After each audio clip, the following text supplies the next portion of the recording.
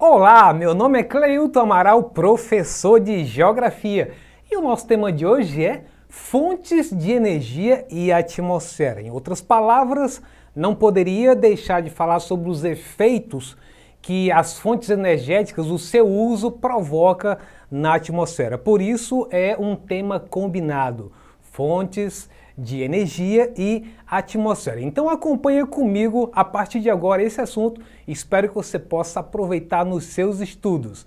Olha só, as fontes energéticas, quando falamos nela, estamos tratando dos meios que produzem a energia, que é levada até a sua casa. Em outras palavras, quando a gente olha para nossa lâmpada ou até mesmo para as tomadas que a gente usa para poder carregar o nosso celular ou usar outros equipamentos em casa, temos que saber qual é a origem disso. No caso brasileiro, que temos um sistema que faz a distribuição de energia, ele tem várias fontes. Aliás, o Brasil é um dos países que consegue ter uma diversificação de fontes energéticas. E aí no estado do Acre, por exemplo, pode usar como fonte de energia, a transmissão de energia, melhor dizendo, vinda de Samuel Barreira em Rondônia. Se não der certo ali, a rede, o Sistema Nacional, redireciona e podemos ter energia de outros lugares do país. Isso é importante a gente saber.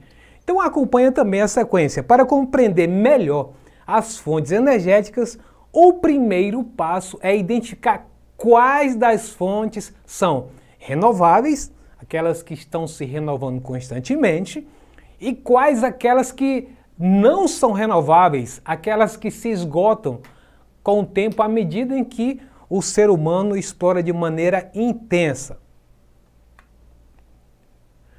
Existem vários tipos de energia renováveis e cada vez mais, com o desenvolvimento das tecnologias, há inovações, ou seja, as novas descobertas, digamos assim, a necessidade por outras formas de se desenvolver alguns equipamentos, alguns aparelhos, alguns veículos ou naves espaciais, enfim, tem-se que buscar novas fontes, tornando assim possível a descoberta de novas formas para produzir energia elétrica.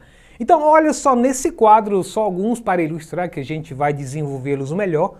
Temos a hidrelétrica, eólica dos ventos, a solar, a maremotriz, onda motriz, geotérmica e a biomassa. Tem alguns nomes que nos parecem estranhos, mas daqui a pouco a gente vai esclarecer melhor. Pode ser que você encontre isso na questão e é importante você ter uma noção desses termos e seus devidos conceitos. Energia biomassa, vamos começar por essa. É utilizada na produção de energia a partir de processos como a combustão de materiais orgânicos que se encontram presentes no ecossistema. Os principais materiais utilizados são a madeira, bagaço de cana, galhos e folhas de árvores, além de casca de arroz de origem de resíduos animal. Quando a gente fala aí sobre essa biomassa, nós estamos referindo a um processo que muitas vezes já fazemos, inclusive, nos nossos quintais. Você talvez já tenha feito isso. Você vai lá para o fundo, você coloca ali uma porção de sobras de comida, faz a cobertura dele. Mas se você fizer isso de forma controlada, como alguns fazendeiros já o fazem, colocando isso em recipientes apropriados, com inclusive tubulações, você consegue então inclusive canalizar gás natural, dependendo da necessidade do lugar, ou até mesmo fazer com que alguns maquinários funcionem. Então isso é a biomassa, você pegar sobras, e aí tem alguns exemplos que está mostrando para você aí. Tem o caso dos cereais, sobras e palhas de milho, de arroz, o que você tiver, restos de folhas ou de galho de árvores, sobras de restos de produtos agrícolas, madeira, até mesmo, digamos assim, excrementos de animais, como é o caso do porco, do boi, que ajuda muito na questão quando você vai fazer um material apropriado para a questão agrícola ou até mesmo para quem trabalha com questão verdureira. E aí também o próprio bagaço da cana, já que o nosso país é um dos grandes produtores de cana-de-açúcar e também do etanol, e portanto há bastante sobra de bagaço. E aí a partir dele você tira o vinhoto e pode então ter uma biomassa que pode gerar energia a partir disso. Agora, quais as vantagens e desvantagens da biomassa? É bom você ficar bem atento nisso, porque numa prova, geralmente, aparecem esses itens que te colocam em dúvida. Será que é vantajoso mesmo ou é desvantajoso? Se você não souber disso, é bem provável que você erre a questão, porque você não tem a certeza exata de qual é a vantagem desse tipo de fonte de energia ou não. Então vamos lá falar primeiramente das vantagens do uso da biomassa. Primeiro, ela tem um baixo custo para o seu desenvolvimento. Outra coisa é que não emite dióxido de enxofre. Suas cinzas são menos poluentes do que as derivadas de combustíveis fósseis, como petróleo, como o próprio gás natural, carvão mineral, né? Tem menor corrosão dos equipamentos, como cadeiras, caldeiras, fornos, etc. E as emissões não contribuem para o efeito estufa. E aí vamos para as desvantagens. Maior possibilidade de geração de material particulado, as partículas, né, para a atmosfera, e dificuldade no estoque ou armazenamento. Então a gente percebe aí que ao mesmo tempo que ela apresenta como vantagem um baixo custo, mas por outro lado há uma grande desvantagem que não tem a facilidade de armazenamento. Então nós falamos aí sobre biomassa e agora nós vamos para tratar sobre energia solar. Energia solar é aquela originária da luz do sol. Só que quando a gente fala sobre energia solar, a primeira coisa que vem na mente de todo mundo nos tempos modernos é sobre placa solar, né? As placas fotovoltaicas que ficam sobre as casas ou até mesmo em grandes áreas de fazenda ou até mesmo superfícies aquáticas. Mas não é só isso. Mas quando já está associado na mente da gente, que quando fala de energia solar, são apenas aquelas placas. Então veja só, é aquela originária da luz do sol, né? Que quando aproveitada é capaz de ser útil no aquecimento solar, a energia fotovoltaica, a energia heliotérmica e arquitetura solar. E aí eu trouxe dois exemplos que são aqueles que muitos já viram. O primeiro deles, o aquecimento de água. Eu pelo menos já vi na maioria das casas que fica na cidade do povo, todas elas têm esses aparelhos para o aquecimento de água para tomar banho. Esse é um exemplo.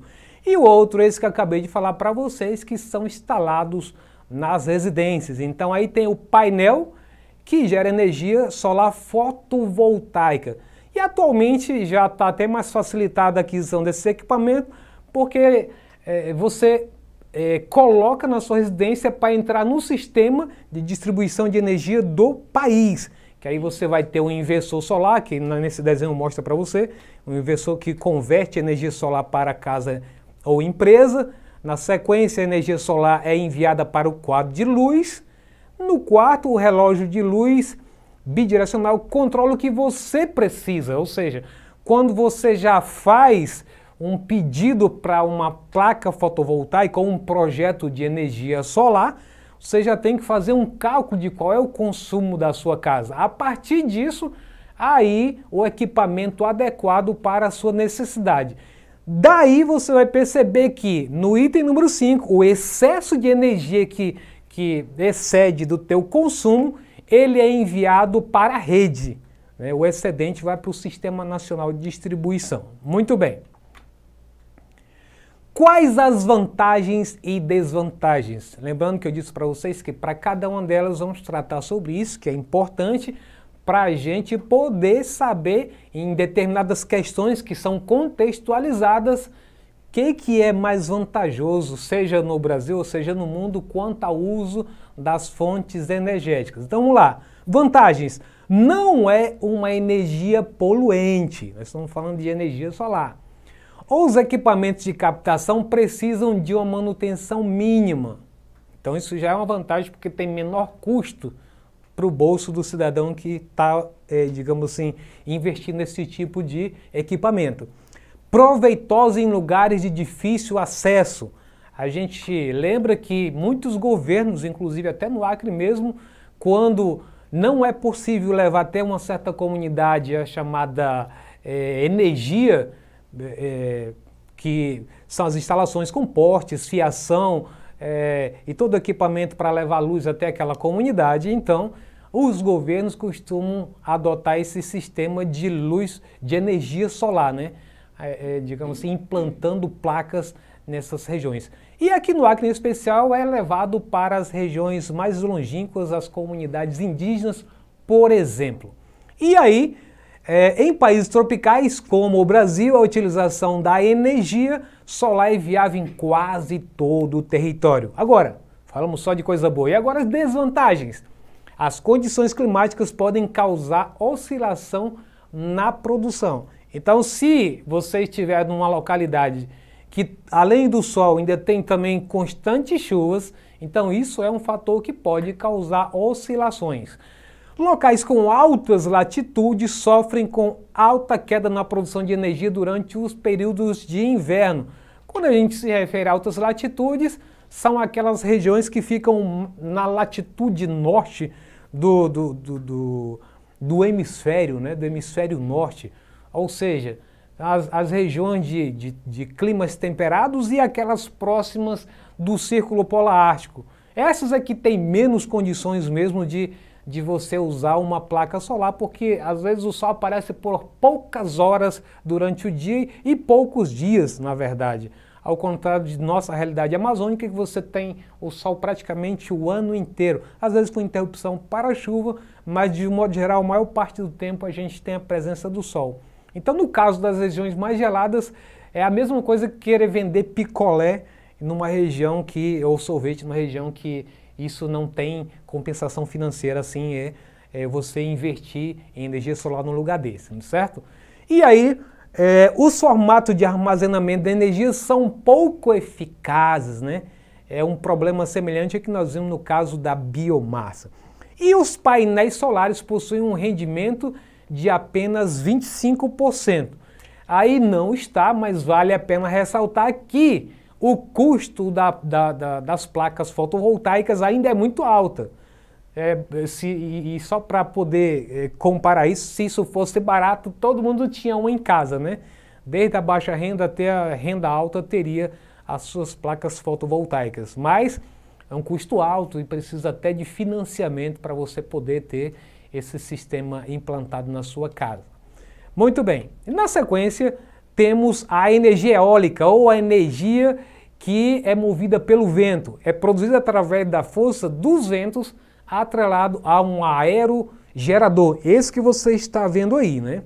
Essa captação é feita por hélices, que ligada a uma turbina gera energia para o gerador elétrico. Aí eu coloquei para vocês uma ilustração própria nossa aqui do Brasil, que nos coloca numa situação privilegiada, né? Esse aí é o maior parque eólico da América Latina. Veja só na figura, que parece assim uma estrada infindável, né? Digamos assim, de aerogeradores. Essas hélices que servem para gerar energia por meio do vento. Isso aí fica na Lagoa dos Ventos, no estado do Piauí. Agora vamos ver as desvantagens e vantagens. Vamos lá? Primeira vantagem da eólica, que é renovável. Não emite gases poluentes. O aparelho que produz a energia é móvel, podendo ser reinstalado em qualquer outro lugar. Qual a desvantagem disso? causa impacto sobre as aves no local. Então imagine uma ave fazendo o seu percurso e se depara com um moinho desses gigantesco, hélices gigantes, e quando ela passa por ela, geralmente você costuma ver várias aves no chão que são mortas porque muitas das vezes faz parte da rota desses animais. Então isso é uma das desvantagens. A outra causa impacto sonoro, né? Então, como dependendo da intensidade do vento, você então pode ter um ruído decorrente dessas hélices ou várias delas próximas, dependendo se for aí de uma rodovia ou até mesmo de fazenda, você vai perceber esse ruído. Eu, passando em rodovia, já tive o privilégio de ver essas hélices, realmente são gigantescas. A gente de longe já vê elas que são a altura de um prédio. Imagina você no pé de uma delas, é uma coisa gigantesca. E elas fazem de fato um leve ruído. Você pega várias delas, então imagine à noite, se alguém mora próximo delas, vai perceber com nitidez isso aí. Na sequência nós temos a energia hídrica, também conhecida como energia hidrelétrica. Ela é obtida através do fluxo da água, através dos desníveis em regiões de rios e lagos. E aí eu coloquei um exemplo da usina hidrelétrica de Jirau, em Rondônia, que faz parte da nossa região também. E aí, quais as vantagens e desvantagens para o uso da hidrelétrica? É forma confiável de geração de energia com respostas positivas em sua atuação. O seu custo de produção é baixo, exceto, é lógico, quando você vai ter que construir ela, que tem um custo alto, né? Agora, fora disso, ela apenas a manutenção normal dos seus equipamentos e das suas turbinas quando precisa, né? E aí não polui o ambiente, é capaz de proporcionar desenvolvimento das regiões próximas da usina hidrelétrica. Desvantagens: provoca a erosão dos solos, afetam assim a vegetação local. Como assim provocam a questão da vegetação local? Primeiramente que para poder fazer o reservatório, onde tem a represa, você tem que fazer a inundação diária. Então só aí você já perde muita vegetação, bem como muitas vezes alguns sítios arqueológicos que são importantes para entender a formação ou as territorialidades daquela população local. E também pode provocar o deslocamento de populações ribeirinhas, né, em função do alargamento de terra. E a sua construção exige a formação de grandes reservatórios, como disse há pouco, e tem elevados custos de instalação, como foi dito anteriormente. Com isso, vamos agora para a energia geotérmica. Olha só, esse tipo de energia é feita a partir do calor existente no interior da Terra. Olha só, né? A gente às vezes, quando a gente pensa que já viu muita coisa, já imaginou você usar o calor do interior da Terra? Quando a gente, no ensino fundamental, a gente já via sobre isso, né? A questão do manto, do interior da Terra, da crosta. E aí você vai perceber que aquele fogo que nunca se apaga, que tem uma temperatura elevadíssima, mais de 6.000 graus centígrados lá no interior da Terra, às vezes chega a mais, também é utilizado para uso como fonte de energia. E aí, o calor responsável por essa energia fica localizado na parte de baixo da superfície do planeta. Porém, em algumas regiões ela pode estar mais perto da superfície que em outras. E daqui a pouco eu explico um detalhe para vocês. Quais as vantagens e desvantagens? É uma fonte de energia limpa, não prejudica a Terra, bem como o meio ambiente. As centrais geotérmicas são projetadas para funcionar 24 horas por dia durante todo o ano. As vantagens citadas podem contribuir principalmente aos países desenvolvidos crescerem sem poluição. Desvantagens, isso é o grande detalhe que eu quero passar para vocês em relação a essa figura aí. Vocês estão vendo aí onde está um reservatório, onde está captando esse calor, e ele vai dizer o seguinte: se não for usado em pequenas zonas onde o calor do interior da Terra vem à superfície, ou seja, aonde os vulcões estão mais próximos, aquilo ali que na crosta tem uma pelezinha fina e que está próximo de eclodir, e ali tem um vulcão onde já tem o próprio vulcão. Se não tiver essas condições, os geysers já estiverem favoráveis, a perfuração aí sim passa a ser cara, dispendiosa, com a introdução de canos e todos os equipamentos para fazer isso aí. Portanto, se já tiver facilitado, em alguns lugares as regiões mais quentes estão bem próximo da crosta terrestre. Aí sim, vale a pena você já fazer, digamos assim, a captação desse calor. Mas se for em grande profundidade, aí já não compensa, você tem que usar outra fonte de energia para não ser dispendioso para quem vai fazer o investimento. Falando disso, e aí vamos para a energia das ondas e as marés. São duas situações diferentes. Esse tipo de energia é proveniente da força das ondas do oceano e não afeta o meio ambiente. Apesar do seu baixo impacto na natureza, a sua atuação ainda não é permitida para comercialização. Aí vejam o primeiro exemplo aí, turbinas submersas utilizadas na geração de energia maremotriz. Então, é uma energia que o seu movimento das turbinas se dá através das marés, a subida das marés em especial. Parece que não, mas as marés elas têm uma força muito significativa, por isso são usados também esses equipamentos que parecem, digamos assim, as hélices do que nós vimos há pouco sobre a eólica.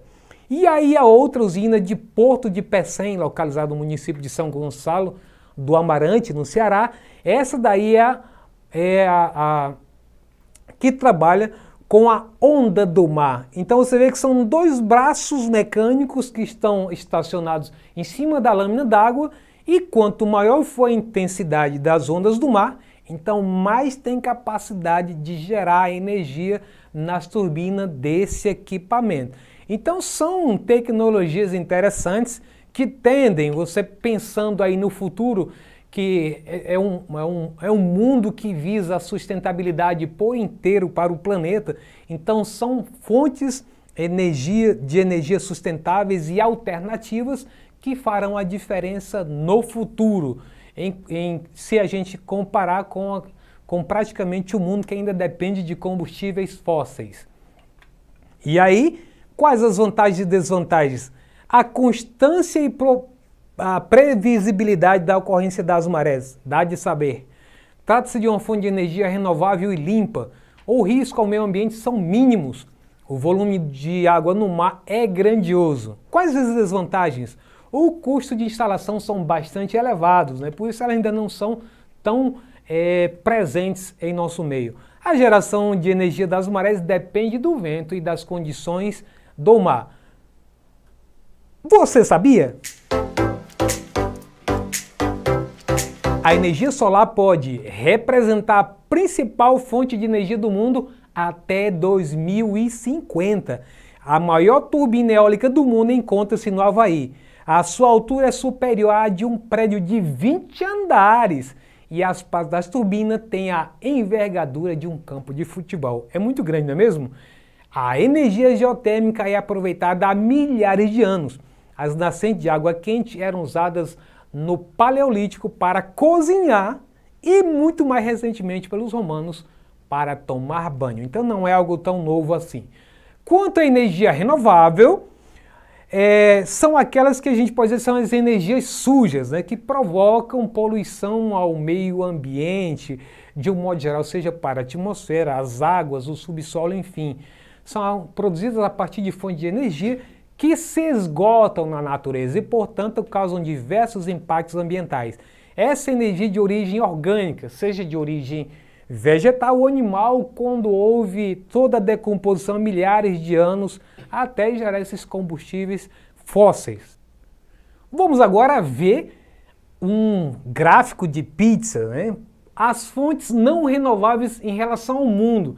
E aí eu quero dar destaque para o carvão, mineral, o petróleo e gás natural. Veja aí no gráfico, o petróleo e seus derivados representam 31,1% que é consumido no mundo, o carvão mineral 27% e o gás natural 23%. Agora, como é que é essa realidade no Brasil? Vejamos. Já no Brasil você percebe que tanto o gás natural como o carvão mineral eles perdem espaço. Embora o petróleo seja mais que o que é o consumido no mundo. Lá nós vimos que é 31,1% e aqui 33,1%.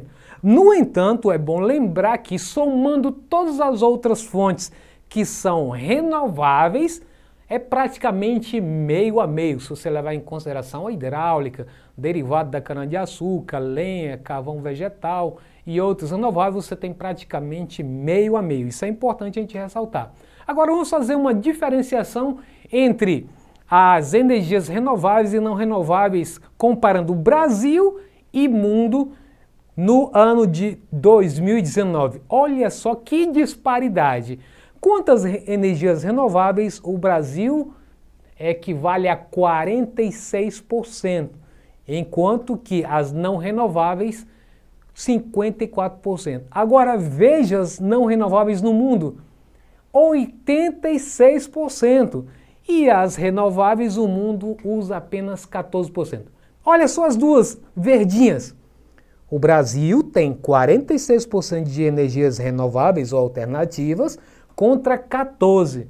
Por isso dizemos que o Brasil tem uma matriz energética bastante diversificada. Isso é muito bom, porque enquanto o mundo está pensando em modificar a sua matriz energética, o Brasil já está bastante à frente. Só basta avançar um pouco mais para a gente se libertar dessa matriz energética de combustíveis fósseis. E aí vem a atmosfera e energias renováveis. Os cientistas do painel intergovernamental sobre a mudança do clima, IPCC, são enfáticos em apontar o que é preciso ser feito para evitar os efeitos dramáticos das mudanças climáticas e suspender o uso sem restrição de combustíveis fósseis. Então essa é uma das alternativas, suspender os combustíveis fósseis. Eles dizem por quê? Que desde a Revolução Industrial, há mais de 200 anos, nossas atividades econômicas são baseadas na queima de fontes não renováveis e altamente poluentes. Na prática, para alterar essa matriz de energia e reduzir a dependência econômica de combustíveis fósseis, seria preciso ampliar o uso de energias renováveis. Lembrando que a China é o maior emissor de gases de efeito estufa do planeta, mas também é o país que mais tem investido em energia renovável há alguns anos. Inclusive, eu até vi num vídeo que ela é uma das que também mais investe também no reflorestamento, nos desertos, para poder evitar esse impacto de desertificação em seu país. Isso é muito importante. E aí, vamos agora para o nosso simulado, uma questão para a gente fazer uma reflexão, o que a gente conseguiu aprender até agora. Vamos lá então? Águas de março definem se falta luz este ano. Esse foi o título de uma reportagem em jornal de circulação nacional pouco antes do início do racionamento do consumo de energia elétrica em 2001. No Brasil, a relação entre a produção de eletricidade e a utilização de recursos hídricos estabelecida nessa manchete se justifica por quê? Letra A geração de eletricidade nas usinas hidrelétricas exige a manutenção de um dado fluxo de água nas barragens. Letra B. O sistema de tratamento da água e sua distribuição consomem grande quantidade de energia elétrica. Letra C. A geração de eletricidade nas usinas termoelétricas utiliza grande volume de água para refrigeração. Letra D. O consumo de água e de energia elétrica utilizada na indústria compete com o da agricultura. E letra E. É grande o uso de chuveiros elétricos, cuja operação implica abundante consumo de água. Vamos para a nossa contagem? Se você disse que a resposta correta é a letra A, está correto! A geração de energia elétrica nas usinas hidrelétricas exige a manutenção de um dado fluxo de água nas barragens. Por isso, essa preocupação quanto ao volume de chuvas para saber se as barragens onde estão as hidrelétricas terão capacidade de ter água abundante para gerar energia ou não, ou se vai ser preciso adotar bandeira vermelha ou não, tá certo? Com isso, a gente deixa aqui com vocês um feedback caso você queira utilizar tirar dúvidas, sugestões, solicitação de material, críticas, elogios, é só você entrar em contato no telefone que está aí embaixo.